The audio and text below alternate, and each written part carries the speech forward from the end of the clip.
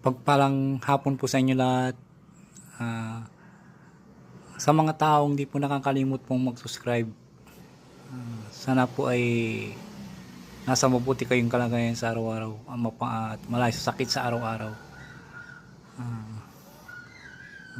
Bro, nandito na yung request mo bro na panawag sa ulan. Sana po ay gamitin mo lamang sa kabutihan at gamitin sa walang kabulang bagay. Ito po ay napakabisa pong panawag sa ulan. Dapat po dito ay magpudir, bakod balabal pondo po, kasi napakalakas po itong orasyon na aking ipagkakalog po sa inyo. Nanggaling sa Diyos ang mga kapangyarihan sa lahat. Kaya sana po ay gamitin nyo lamang po sa tama at share nyo sa iba para may magamit din po sila. Dapat po ay humingi muna kayong gabay sa Diyos ang mga kapangyarihan sa lahat, kasi siya po ang may-ari po nitong aking pagkakalog na panghingi ng ulan po sa kalikasan po.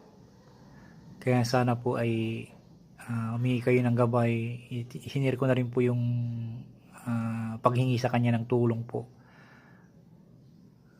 na akibabagi po sa inyo para sa oras ng kagipitan mo ay may magagamit po kayo na sa pang araw-araw. Sana po pag halimbawa po pag humingi po kayo ng gabay sa Diyos ng mga kapangyarihan sa lahat, ay dapat po ay bukal sa puso nyo na tiwala po kayo sa sarili sa inyong ginagawa para ipagkaloob sa inyo ang minimiti nyo pong ninanais po na mangyari po. At huwag po yung mag-alinlangan kung halimbawa po ay nag-alinlangan po kayo, ay hindi po kakasi po yung orasyon na akibabagi. Kung mag-alinlangan kayo na nagdadalawang isip po kayo, dapat po ay focus po kayo na tiwala po kayo sa Diyos ang makaparin sa lahat sa inyong ginagawa, ay magpursige po para kumasi po yung aking pagkakalob po sa inyo. Pakiingatan lamang po at huwag pong ipagyabang.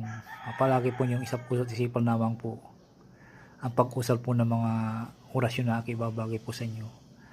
At sana po ay paki-subscribe po, paki-follow, like and share po. Huwag ng Pangasinan lamang po. Maraming salamat po.